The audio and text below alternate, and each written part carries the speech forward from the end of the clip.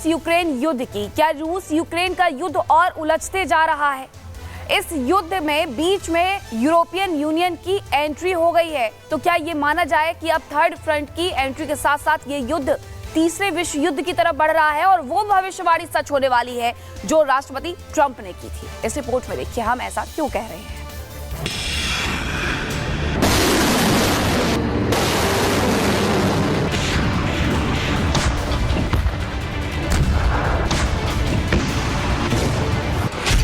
उलझती जा रही जंग को रोकने की कोशिश नाकाम।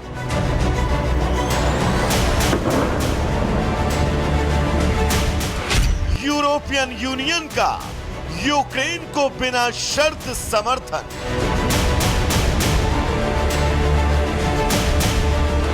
क्या ये संकेत तीसरे विश्व युद्ध के हैं?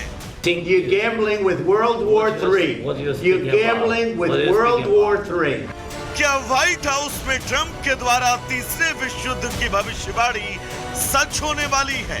क्या यूरोपियन यूनियन का एक साथ आना इस जंग को तीसरे विश्व युद्ध की तरफ ढकेल देगा? क्या विश्व में फिर से कोई बड़ा एटमी हमला होने वाला है?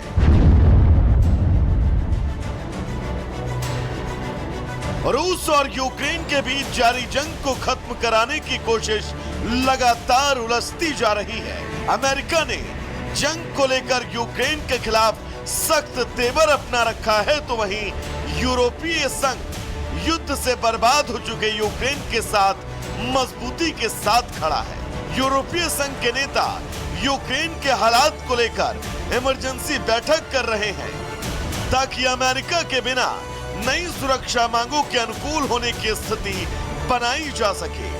यूरोपीय संघ के नेता पिछले हफ्ते यूक्रेन में युद्ध को लेकर संयुक्त राज्य अमेरिका के राष्ट्रपति डोनाल्ड ट्रंप और यूक्रेन के राष्ट्रपति जेलेंस्की के बीच हुई तीखी बातचीत के बाद पहली बार इमरजेंसी बैठक कर रहे हैं।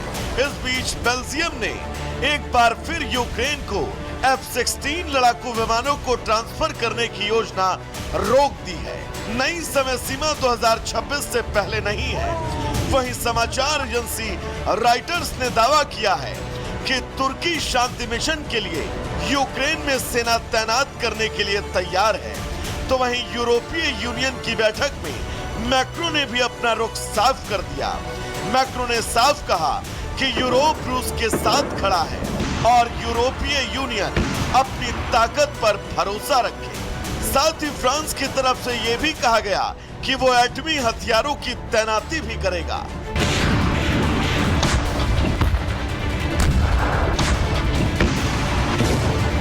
इस बीच पोलिश प्रधानमंत्री डोनाल्ड ने यूरोपीय लोगों से अपनी ताकत पर भरोसा जताने का अनुरोध किया।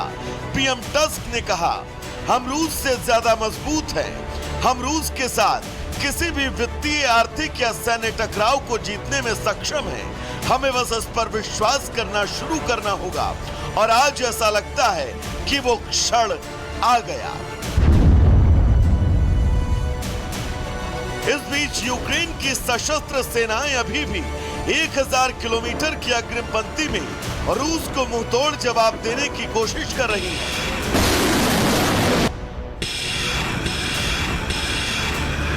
खासकर पूर्वी क्षेत्र में अब तक जंग में हजारों सैनिक और 12,000 से ज्यादा यूक्रेनी नागरिक मारे जा चुके हैं। लेकिन इन बैठकों के दौर से ये साफ संकेत मिल रहे हैं कि इस युद्ध में युद्ध विराम की संभावनाएं अब शायद बहुत दूर होती जा रही हैं। Bureau report, Republic Bharat.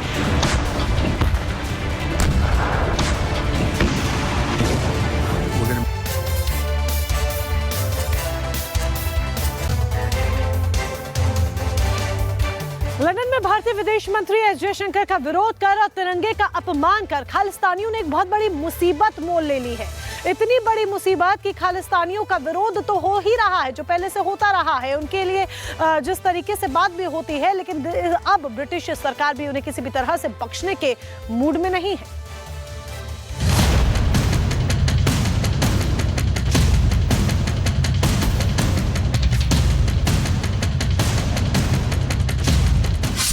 सुरक्षा में बड़ी चूक, भारत की दो टूक। बोली ब्रिटिश सरकार, अब ये नहीं स्वीकार। लंदन में खालिस्तान समर्थकों की अब खैर नहीं।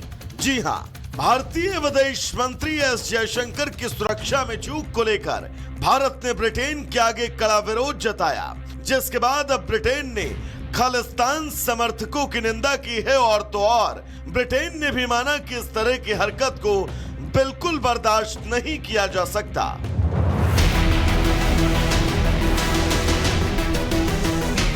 दरअसल विदेश मंत्री बुधवार को लंदन में एक कार्यक्रम में शामिल होने पहुंचे थे, जहां पहले से ही कुछ खालिस्तानी समर्थक जुटे हुए थे और खालिस्तानी समर्थक झंडे लेकर भारत विरोधी नारे लगा रहे थे।